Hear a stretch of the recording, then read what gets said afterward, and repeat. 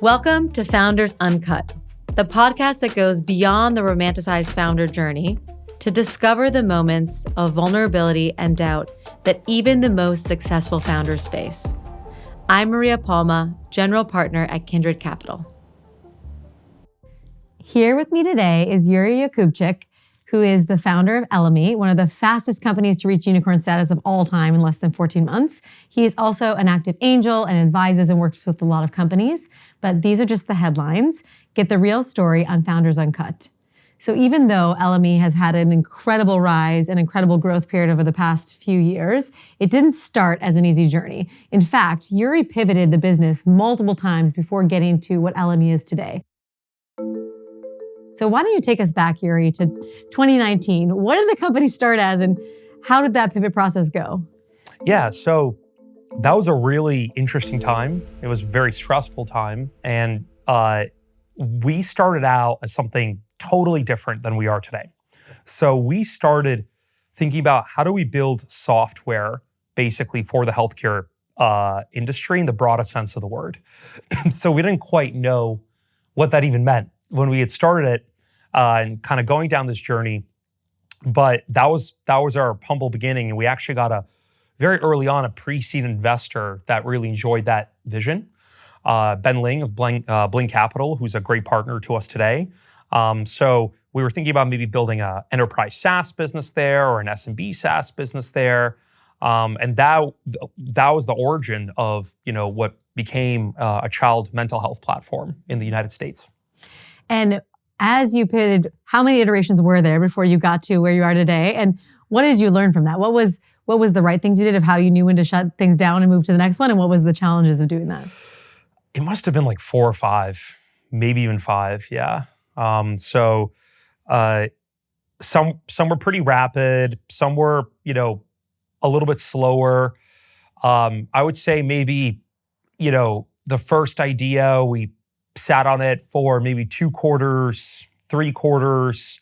We're also looking at the adult behavioral health space quite a bit, at things like substance use disorder, things like eating disorders. So we were looking at a bunch of other sort of segments of behavioral health. We looked at building software, like marketing software for healthcare clinics. And those were, we even looked at actually starting a pediatric clinic of our own. Wow. So there were a lot of different sort of scenarios there. And I would say we probably spent a month or 2 on average for each of these. But some of these actually got some legs, right? Some you got to like tens of thousands of monthly recurring revenue. And so yes. At that point, how do you decide to shut it down? And how do you know it's not the right thing? Like what was for you the indicator that's like, we're on the right path? So this was my 3rd business that I founded.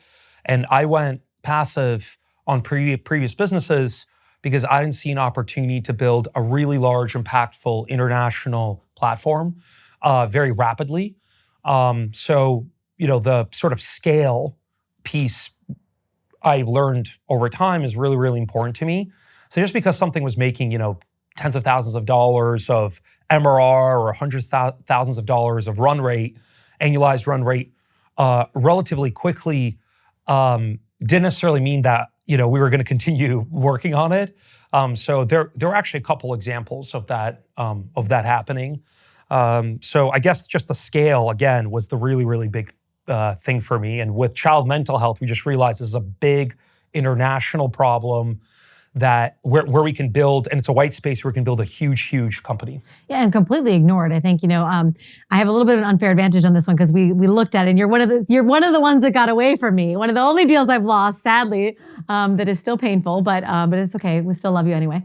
But truthfully, like the autism care market in the US, people might not know, and we won't go into in tons of detail, but getting care for your children is really hard. It's really painful. And like, because the US system is so convoluted in that way, you can actually like deliver better care more quickly and at a better price point and have better consumer experience altogether, which is pretty incredible. Yeah, 100%. Yeah, there's not a lot of spaces where that holds true. Exactly. And so you also have sort of a personal tie to this mission as well. And so did that come into factor at all as you thought about the different pivots or no? Yeah, so I wanted to do something that I really genuinely cared about. I think in my early days, starting out as an entrepreneur, it was about making ends meet to an extent. So whether, I was,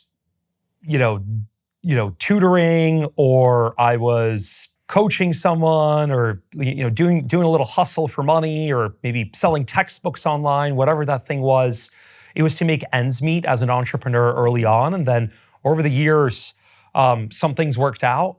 Some businesses I've started ended up growing and doing well. And at that point, it was like a question for me for like, what am I going to do that I'm really, really, really, really passionate about, that I can wake up every day, doesn't feel like work, just feels like I'm solving something for the world. So child mental health was that thing for me. And the reason why it was that thing for me is a few bullets. One, I come from a family of clinicians. So my father's a retired pediatrician. My mother is a retired OBGYN. And I saw broadly in the US healthcare system, but also in the Canadian one and the European one, I had an interesting vantage point where my family traveled around quite a bit. I saw them really having challenges navigating through the system as clinicians. And then when I was very, very young, I was diagnosed with incredibly severe ADHD, like outlier severity levels of ADHD. I couldn't sit in a chair, I couldn't go to school. And thankfully, I had my parents that I could get support from, and they were able to get me a really, really good therapist that helped me out, a really personalized experience for me and for my family there.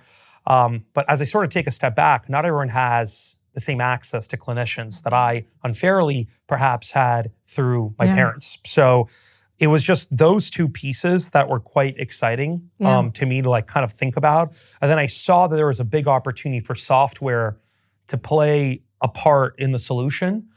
So that was sort of the beginnings of us working on Elemy. Yeah, and you've had incredible impact. And I just staying on that for 1 second as you as a child, that must have been so hard to go through, because like even navigating what that means, like putting a label on yourself as a child, it's so glad that you had the help to get through that. But any lessons that you can give other people from going through that as a child, or do you think that changed kind of how you became who you are today?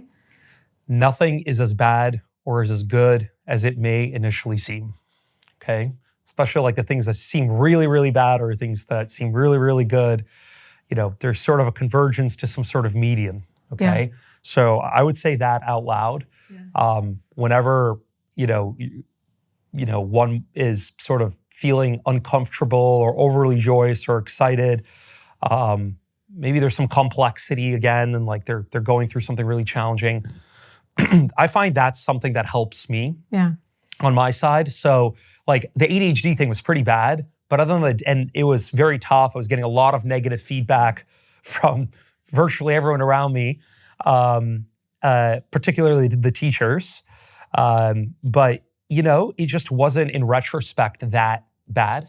Okay, it was just a situation that I had to work through, and everyone's got their own things that they have to work through on their side, and that was mine. Yeah, and I feel like it's hard to remember in the moment when the things are happening, good or bad, that you'll get through them, right? And then the next thing will come, which will also be good or bad. And just closing out the pivots, because I think also to your point about getting through something, was that hard for your staff? And how did you think about because you have different people that you need depending on each type of those businesses? So, I surround myself with people that are quite different than I am, from a professional background, non-professional background. Try to have like a pretty diverse environment around me, and I find that is a really, really good environment for me to sort of, riff with someone that has a different perspective on life than I do. But a consequence of that, when you're really, really early, is you might be working with people that, for me, in my case, are much more conservative perhaps than I am, or aren't as mobile, for example, or fast moving with jumping from one business idea to another as I might be on my side of the house. So I saw when we were starting out Elemy, or what eventually became Elemy, was a group of people that a lot of them I went to college with, and I knew them for a really long time, actually. I guess at that point for almost like a decade. So they are very different people than I am, but we have this shared sort of story of going to college together. And they've never seen anything like this. This is their first time being like really early on a tech startup team. So they were sort of shocked, almost, dare I say appalled by, the speed with which we might, be working on one thing yesterday and literally come into the office and be working in a completely different company the next day, jumping from, SaaS a SaaS business model to a child mental health thing, and maybe a few other business models, brick and mortar model in between, adult behavioral health model in between. That, was certainly, I think, jarring is the word that I would use if you haven't seen it before. But what we had as a rock to sort of lean on, and the way I would maybe even think about it is like the battery that we had that didn't fully empty out was just that long relationship that we had that was not of a non-business nature, just a friendship that we had where there was a sense of trust and commitment to us seeing something through, pushing on it, that I think got us through those moments. But there were definitely some funny times where I'm calling, I'm getting the whole team together on a call, and I'm announcing a big pivot. Okay, in the really, really early stages. I remember one of the guys on the team was getting a haircut at that point, and I remember his feedback was, hey guys, I'm currently getting a haircut on my side, and I'm not gonna like make a scene in this hair salon, but this is just ridiculous. I don't know where this is going.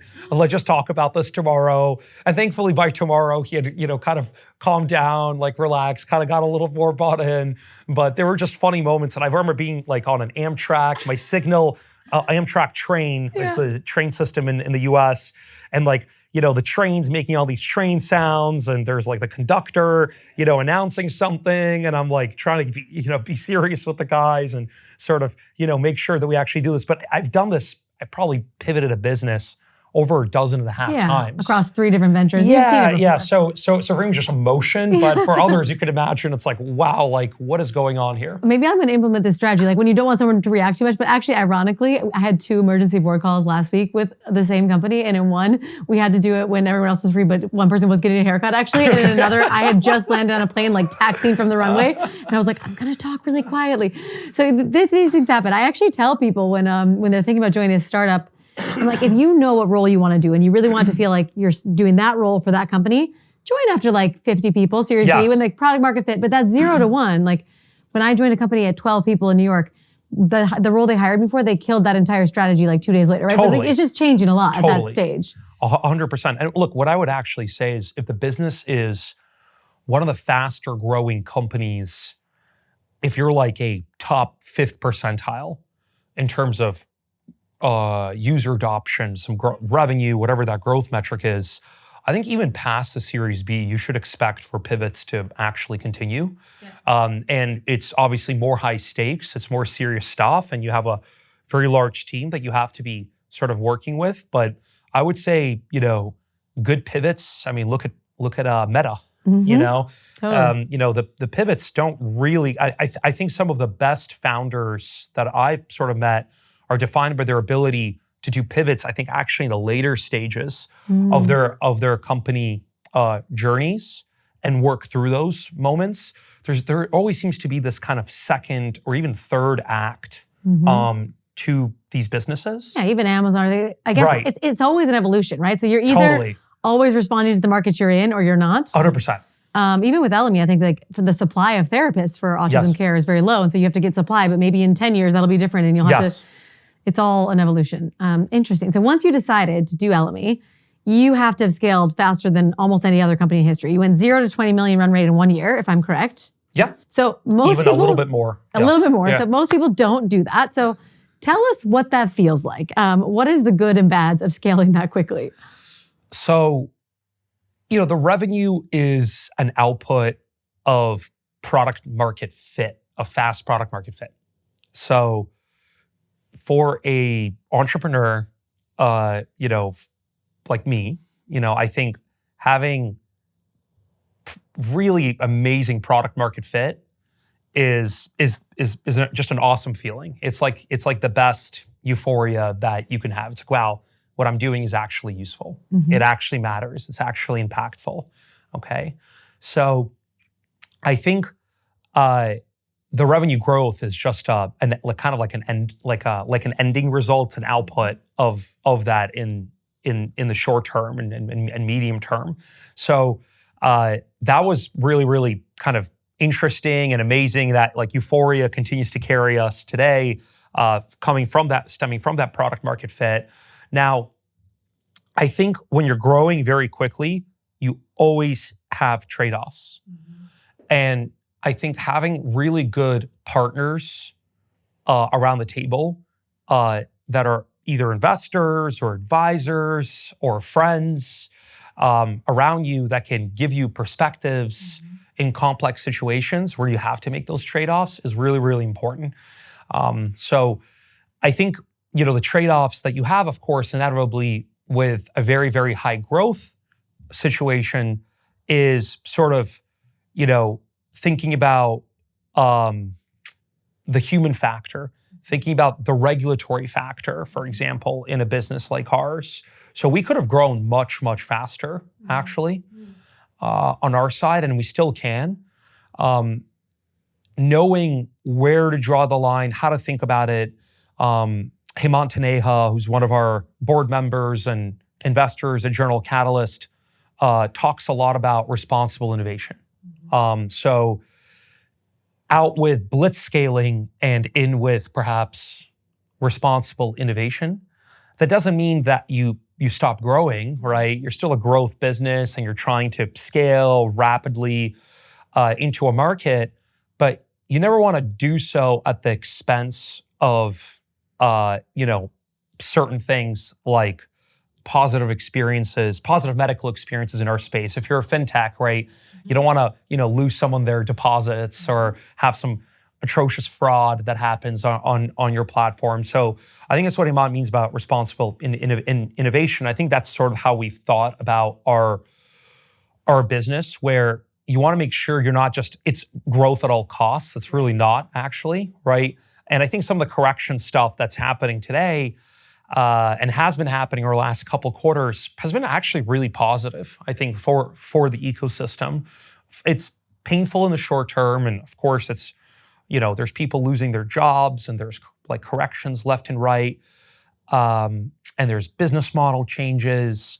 But I think overall, it's a positive thing for the tech ecosystem to go through something like this, where you're thinking about the full impact of the actions that you're taking beyond just like absolute growth at any cost. And I think across a 10-year, 15-year timeline, that ultimately lends itself to actually the largest companies, being able to build the largest company that you actually can. Yeah, I think we are definitely exiting the era of growth at all costs into something that's like sustainable growth, right? Yeah. Consistently. And it's interesting because in a mission-driven business, right? Honestly, almost the faster you can serve more families, the better, because 100%. Autism intervention early. I remember even in my diligence, I was worried about like, what if there's misdiagnosis? And every parent I talked to was like, no. If I don't have any diagnosis, I can't get my kid help. I can't get them out of the cafeteria. I can't actually help them. Yes. But I think to your point, you also want to ensure good customer experience, regulatory. I think that trade-off is really hard to make. So as you're making these decisions, right, you're deciding to grow to 20 or more than 20 the first year, and you're making these trade-offs. How do you know when to like listen to good advice? You have a lot of great VCs around the table in this case, or great advisors, but you also have your own gut. Like, how do you know when to listen to other people and take feedback, and when to actually just like follow your gut around something? I think my approach is collect as much feedback from the smartest people that you can for any big decision. Talk to like a dozen people, right, about it in like excruciating detail, and as excruciating detail as you can. And then collect it, right, lay it all out, and then make the decision, right? So I think my perspective is like, if I'm seeing a lot of really smart people around me that I trust, who I've been doing business with for years, doing business well with for years, and they're all saying the same thing, right? if it quacks like a duck, maybe it's a duck in that case, Yeah. right? So I don't really get too, I think emotional as a founder about my way or the highway. I just want to make sure we have the right kind of solution. It's like the right decision. It's like the right decision, yeah. And just I find, again, the best thing that helps is just listening and getting everyone's perspectives, jotting it down, letting it simmer for a couple of days, maybe longer, maybe shorter, but actually, absorbing, giving enough time to actually absorb the decision being made. Yeah, I think that's a really important point. Is like time for absorption is probably something we don't often think about in a very fast-paced environment. And so I feel like more than most founders, and this says a lot because most founders want to scale, you have this like innate need to be on something that's scaling. And you've made the decision in some cases to like leave something or choose a different business model if it wasn't scaling quickly enough. Tell us a little bit more about like why you think that is and how you make those decisions for yourself. Yeah, so I founded a telecommunications business before prior to getting involved with Elemy and leading Elemy and founding Elemy. Founded a hotel business also, so very different industries. And I think for me, scale of impact, right, was always like the thing that kept coming back as like the thing that I learned was like really, really important to me. And I went passive on the other businesses that are doing quite well actually. Wonderfully run companies by my business partners there. But I, again, sort of, took a step back because of the scale factor. I just saw an opportunity to build something that was maybe 100 times larger very quickly. And every time I did that, actually, I was able to sort of get involved with a bigger and bigger operation, which just means you're able to impact people's lives more, which for a technology person like me is like the ultimate end game. Yeah, I mean, you get one life. You might as well create as much impact as you can, right? Totally. So you recently became a unicorn company. So I have to ask, like, does that matter? Like, what does it feel like to be a unicorn company? Does something change when that happens? Like, what does that actually mean? Yeah, I actually just fly on a cloud now, and it's really nice. Free food everywhere, and it's beautiful. There's champagne coming down on tap. It's really, really great. So look, I think that jokes aside, I don't think for me personally, like, does it change how I act or how I behave? Like, do I, walk around with a certain jump in my step or, has my ego increased? I like to think not at all, actually. I'm still the same guy that, at 21 was like hustling to like think about how do I get into the tech game? How do I build a product that matters for people? I was doing that when I was 18 also, 17 also. So I don't think like the nature and the spirit of like who I am, has changed. But I think access does change. I think access to quality talent, quality business partners, when you get a little bigger, it gets, you often just get more people that you can partner with that are really helpful, of a really high quality. It's easier to get people's attention from a sort of a business collaboration perspective. So I think that's like the biggest thing that I think changes. And, I have had some founders that where I perhaps, funded them or I, advised them or advised their board. And there were situations, as one example, where that, they have a really, really good fund that is giving them a term sheet at 900 million post, okay? And they really, really love this fund, but the fund like won't budge on price, right? And meanwhile, you have another fund that maybe they don't like as much. It's still going to be an okay situation, but they don't like it as much as this like fund that's giving them 900 million post. And that fund is giving you, let's say, $1 billion, okay? It's interesting because specifically in that scenario, right, it actually matters, I think, quite a bit because the level of sort of even just like SEO, like brand building that you get, you go from, being covered, by your own Medium posts that you wrote, and, putting up on LinkedIn maybe, to being covered by, Bloomberg, right? And that just, again, it just drives more access. It drives access to capital, to people. and it allows you to sort of go after your mission a little bit more. So in those situations, I kind of have to ask the founder, like, how much do you like this other VC more? Let's like break it down. Like, how rational is this? Because there is obviously an impact that you get from a brand building standpoint for your company and the things that you're doing across your stakeholders. So you wouldn't take it if you didn't like the other fund, but if you liked them both, it matters. It's on the margin, it matters. Yes. Yeah. 100%. And you mentioned being an investor, which you are, becoming a prolific angel and advisor, and you've done some stuff in venture studios. So you've definitely helped a lot of companies, and some of which I know, and I'm glad you're an angel investor in. How does that change your lens? Does that make you think about being an operator differently, or what do you look for in teams when you invest?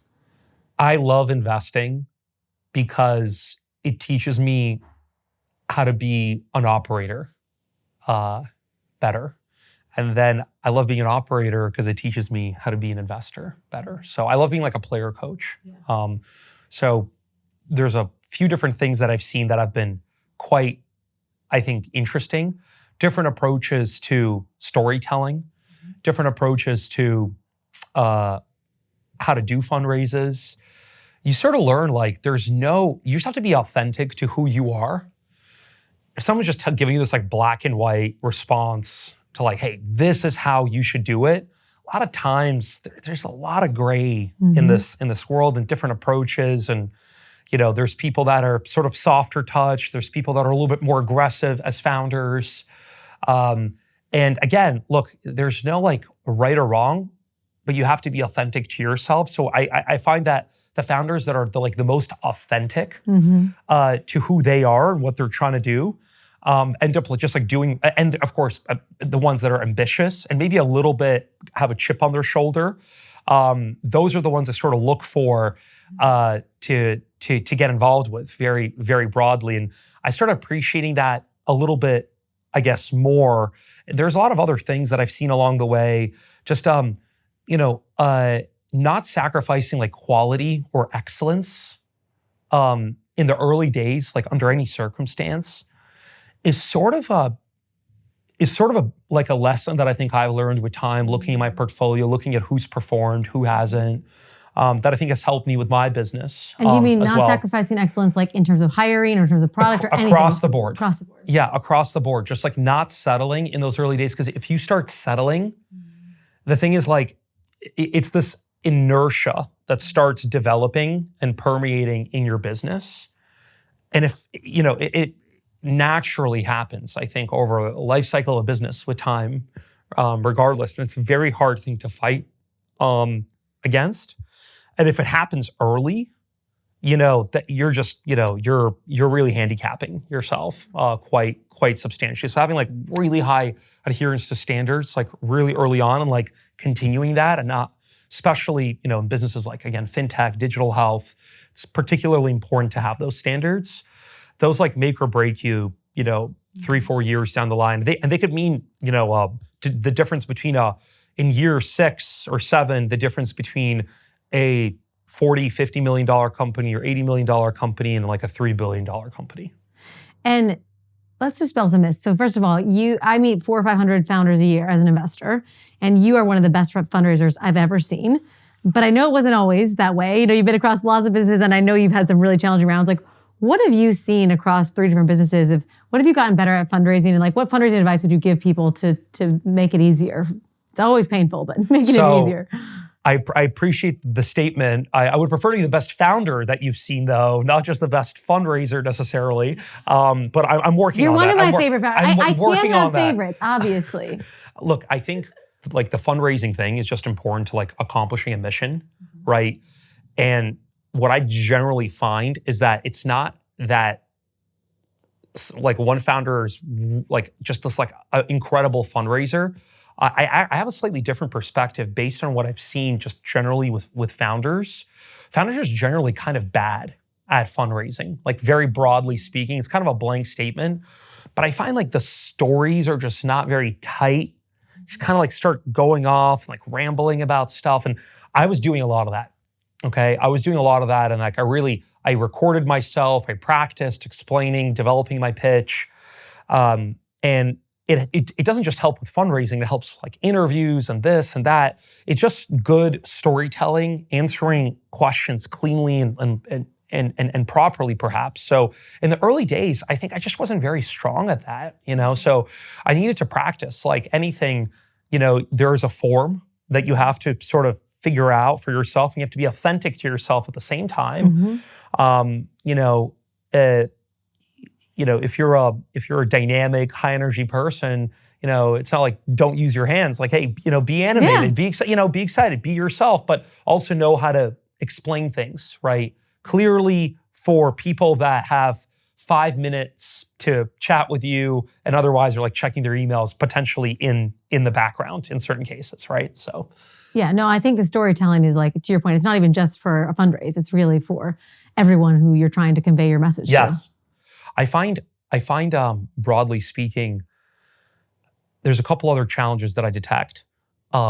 Product vision and familiarity with numbers in a business is often quite telling for me around the maturity of a founder. And I've seen scenarios where just you start digging into the numbers and really trying to understand them. In a market like this, the numbers like matter, and knowing your numbers like really, really matters. And people are actually studying them and double clicking on things. And I think, if you're sort of, saying one number that ends up actually being a very different number, it could just really, it's like relationship building, whether it's, meeting an investor for the first time or a job interview or whatever, like just being super off on like deeply analytical pieces that where it's almost like, are you playing a trick on me or what's going on here? You just lose credibility, right? You lose credibility pretty quickly. That's exactly right. So yeah, I think that's another thing where I see where people, I don't think value that perhaps enough. It's actually a really good point. I haven't thought about it as directly, but I remember there was a founder once who like told me they were very data driven and numbers people. And then like they really didn't know their numbers. Right. And then there was a guy who I think like kind of actually presented himself as much more of an artistic founder, because he was. Yeah. But like this guy was a numbers guy. Like he knew the numbers of his business. And the thing is at the pre-seed and seed, obviously the numbers are going to change. It's more just about understanding what's driving it. Yes. And actually, I think as we go from this growth at all costs to sustainable, what was it, sustainable innovation or responsible innovation? Responsible innovation, that's responsible innovation moment. I think that the shape of the businesses that you're building are important to think about. A lot of people are just like, I like 100%. this idea, but you've talked today, actually Matt Robinson was one of my recent guests, and he talked about like, what are the cash flow shapes of your business? Yes. And you've talked about the scale and the impact and the numbers. And I think just taking a hot second before you found a company, besides I know there's a problem here and I like it, to say, is this actually a viable business? Yeah. Is actually also important. Super, I think, astute point. There's an interesting dynamic in the Valley where I think, European businesses seem to actually have this one key advantage that I've seen over sort of the philosophy or rhetoric that I hear in the Valley, where, in the Valley, it's just like, make something that people want, period, right? And I think the margin profile, cash flow profile, when you're setting out to build a business, that's really, really important stuff. You don't want to just be, look, if you're trying to build a business, it's a for-profit company, right? It's going to have to generate cash flow at some point, right? And I think ignoring that, not knowing, to your point, how that profile of the cash flows looks like, and where it starts sort of delivering is actually something that I see like in Europe. There's a little bit more of a focus on that than in San Francisco, where it's just like sort of like it's a little bit more, for lack of a better word, we work with folks at 8VC Founders Fund, and they sometimes talk about this. There's a lot of like virtue signaling in the Valley that sometimes can be toxic to knowing the numbers really well, and sometimes it could seem like you're a little bit too much of a mercenary if you're talking about making cash in a business. But at the end of the day, these are for-profit companies that have shareholders, have pension funds, that are LP investors, and these VCs and they're you want to make sure that you're building something of value for the long term. Yeah. I actually think I'm so glad you said that. I think I haven't talked about it on this show ever like LPs, but I think sometimes entrepreneurs think VC money grows on trees. I assure you it doesn't. We're fundraising right now. But some of the LPs that would invest in a company like ours are like a pension fund. So Yes. I know a fund that has the firefighters pension in New York invested in them. If they don't deliver a return, that firefighter's pension is at risk, right? And so there's a real cyclical thing here, but venture is not meant for every business, right? It's like rocket fuel, and if you're not a rocket, it's probably not going to go well. So if the business you want to found has 10% margin, but you really feel passionate about the business, definitely do it, but maybe don't take venture, or think about how you fund it and think about how you structure it. So 100%. That's a really good point. One last myth I wanted to dispel, and I feel like to your point about being on a cloud earlier, there is a lot of feeling that because it's kind of in vogue to be a founder and there's shows like Silicon Valley, I think people think that it's hard, but it's not that hard. And people have drinks on Friday and Thursday at 5 p.m. And, I know you work incredibly hard, and, every founder I know does. Tell us a little bit about what does it actually look like? What's your day-to-day? What's your week-to-week? And, what does it look like for you to be a founder? So my background is I'm from Belarus in Eastern Europe, and I left at a young age with my family to Canada and then the United States, and had a very humble upbringing. Being a physician in Eastern Europe doesn't quite pay the same as being a physician in the West. In Belarus, it was a couple $100s a month, like a few $1,000s, low thousands a year. So it was a very humble upbringing, and we moved to Canada with basically nothing, and then the US with basically nothing. And it was a lot of, my parents kind of hustling and working, and they made a lot of sacrifices for me. First, this big move from Belarus to Canada, and this big, immigrant story, on their side to, get me out to the US. And I think for me, if I'm not working harder than basically everyone around me, that's a big problem, actually. So that, there's a lot of sort of folks and considerations, there's a lot of folks flagging considerations around mental health and having a balance, perhaps a work-life balance. I think that being a founder of a successful business is extremely difficult. I think you need to have your headspace definitely in the right place. I think it's extremely competitive in a lot of these markets. Behavioral health, for example, in America is a very, very competitive industry. It's a very serious industry where you're working with people that have very complex conditions. And I think my view is I'm 7 days a week on this, no exceptions, basically. And I think I owe it to my employees, my business partners, the families I work with. And honestly, it's super fun. I enjoy it. And I don't really have, I'm really lucky that I don't have, the greatest, I would say, anxiety issues or something like that around the process. And I'm fully dedicated and committed to business building. It's the passion of my life. It doesn't feel like work, and I just do it every day because I love it. I wake up thinking about it. I go to bed thinking about it. So it's for me like really, really special. And it's also, there's again just competitive dynamic to it, where I think when I see people hanging out in the U.S. on, for example, July 4th is coming up soon, and everyone's in New York that's a founder, they might be going out like playing a little tennis or golfing, or certainly some of the VCs are doing this, and I'm going to be staying put in the office, actually working. I'll maybe take a nice little walk, have a nice little meal maybe with someone. But I think I have a lot of passion in the craft of what I do, and I do it every day very, very aggressively. Amazing. Well, I don't think there's a better way to end than that, because you clearly have the passion for it. It's certainly not for everyone, and it's certainly not for the faint of heart or people who don't want to at least put in some pretty aggressive hours and pretty challenging environments. But I think that may we all be as lucky to get to be excited and go to work the same way you are. And I actually feel the same. I feel like if you get to do what you love, it's a pretty good way to live your life. Totally. Thank you so much for the time, the candor, the openness on everything from childhood to fundraising to everything, and really appreciate you being here. Thank you.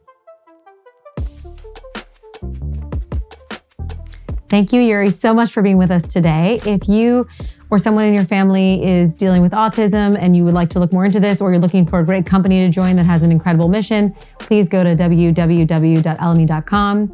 For more stories like this, go to www.kindredcapital.vc/founders uncut. And as always, if you're a founder and the journey is hard, you're not alone and you're not doing anything wrong. Being a founder is just hard.